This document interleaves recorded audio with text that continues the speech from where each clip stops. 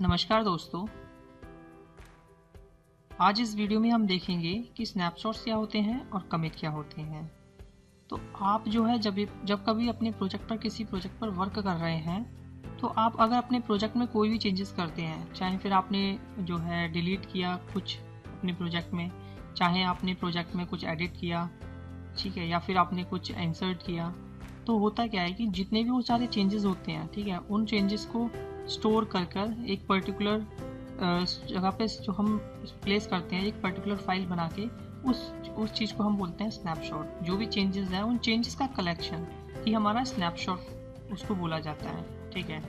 तो होता क्या है, ये स्नैपशॉट जो है ना, आपके जितने भी चेंजेस हो रहे हैं उन सभी को अपने पास में स्टोर करके रखता है, ठीक है।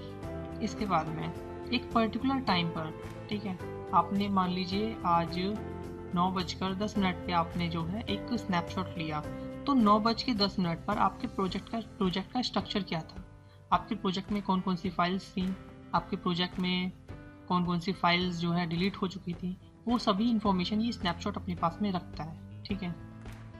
यहाँ पर दूसरी चीज़ आती है, ऐसा नहीं है कि आप जब कभी भी प्रोजेक्ट में कोई चेंज करेंगे तो खुद से खुद स्नैपशॉट ले लिया जाएगा, बिल्कुल नहीं। आप कुछ भी चेंज कीजिए, कभी भी कीजिए, आपने पूरे दिन चेंज कीजिए, आप पूरे दिन भर लगे रहिए अपने प्रोजेक्ट में। उसके बाद में अगर आप शाम को चाहते हैं कि मैं शाम को एक अपना स्नैपशॉट तैयार करूं और उसको जाके .git फाइल में स्टोर कर दूं, तो आप वो कर सकते हैं, ठीक है। मतलब कि कहने का सिंपल से भाषा में ये मतलब है कि आप जब चाहें तब एक स्नैपशॉट तैयार करके अपनी .git फाइल में स्टोर कर सकते हैं, ठीक है। ये आपके पास में एबिलिटी प्रोवाइड करता है गिट, ठीक है। इसके बाद में एक और चीज़ है कि आप कभी भी, गिट हमें एक और चीज़ प्रोवाइड करता है कि आप कभी भी किसी भी स्नैपशॉट पर वापस जा सकते हैं, ठीक है। तो इसका क्या बेनिफिट हो गया, देखिए, आज मैंने 9:10 पे सपोज एक जो है स्नैपशॉट तैयार किया, उसको स्टोर कर दिया, ठीक है। अब मान लीजिए मैंने पिछले दिन, कल के दिन जो है एक और स्नैपशॉट तैयार किया था, ठीक, जो कि 7:12 का था, ठीक।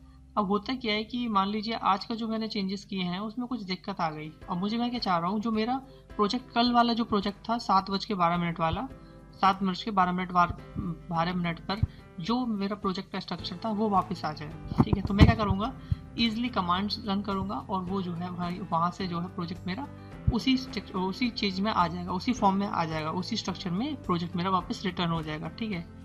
तो ये फैसिलिटी है कि हम कभी भी किसी प्रोजेक्ट को रोल बैक कर सकते हैं, ठीक है। बट लेकिन आपको उसके लिए क्या करना पड़ेगा, स्नैपशॉट तैयार करके टाइम टू टाइम अपने को डालने पड़ेंगे, ताकि आप जो है प्रोजेक्ट को लूज ना करें, ठीक। तो बेसिकली बात क्या है कि आप जब भी गिट पर वर्क कर रहे हैं तो आपको जो है स्नैपशॉट्स, कमिट्स, इनके ही इर्द गिर्द घूमना पड़ेगा, ठीक है। तो चलिए, स्नैपशॉट तो हमने समझ लिया कि स्नैपशॉट क्या होता है। इसके बाद में हम समझते हैं कि गिट क्या होता है, ठीक है। अब ये जो पूरा का पूरा स्नैपशॉट तैयार करेंगे, ठीक है, कैसे तैयार हो रहा है, तो ये सब प्रोसेस, जो उसको बनाने की जो प्रोसेस होती है ना, उसको हम बोलते हैं कमिट, ठीक है। आपने ये जो चेंजेस किए, ठीक है, उसके बाद में जैसे ही आपने इन चेंजेस को जो है एक पर्टिकुलर ऐड किया और उसको जो है गिट की फाइल में जब ऐड करेंगे तो उस चीज़ को हम बोलते हैं कमिट, ठीक है। तो सिंपल सा, the act of creating snapshot is called as commit, ठीक। तो जैसे ही आपने सपोज कोई स्नैपशॉट तैयार किया, उसको जो है अपने फाइल में ऐड किया, तो हम नॉर्मली बोल देते हैं आई कमिटेड अ कोड या फिर I just commit a code. तो सिंपली नॉर्मली जो हमारी लैंग्वेज होती है उसमें, तो होता क्या है कि एक पर्टिकुलर प्रोजेक्ट जो है बंच ऑफ कमिट से बना हुआ होता है, ठीक है। आपने आज काम किया, आपने कल काम किया, आपने परसों काम किया, आपने फिर उससे अगले दिन काम किया। तो इस तरीके से क्या है कि आपने डेली काम किया और आप डेली जो है उसके स्नैपशॉट बना के उनको कमिट्स कर रहे हैं, ठीक। तो ये प्रोसेस जो है एक पर्टिकुलर प्रोजेक्ट के लिए रिक्वायर होती है, ठीक है।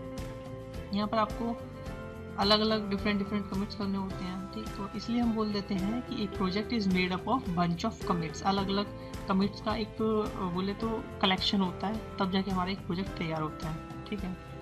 अब ये कमिट तो चलिए ठीक है, हमने जान लिया कि भाई ये सब चीज़ें हैं, कमिट ये है, ठीक है। एक्चुअल वर्किंग हम अपने इससे अगली वीडियो आएगी उसमें देखेंगे, और उससे पहले हम देख लेते हैं भाई ये कमिट इन्फॉर्मेशन क्या क्या कैरी करता है। देखिए, जब भी आप एक कमिट करेंगे तो उसके पास में ना 3 इन्फॉर्मेशन होती हैं, ठीक।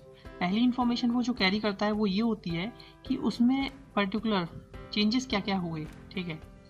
जो उसका प्रीवियस कमिट था उससे लेके अभी तक क्या क्या चेंजेस हुए, उन चेंजेस को वो स्टोर करेगा, ठीक है।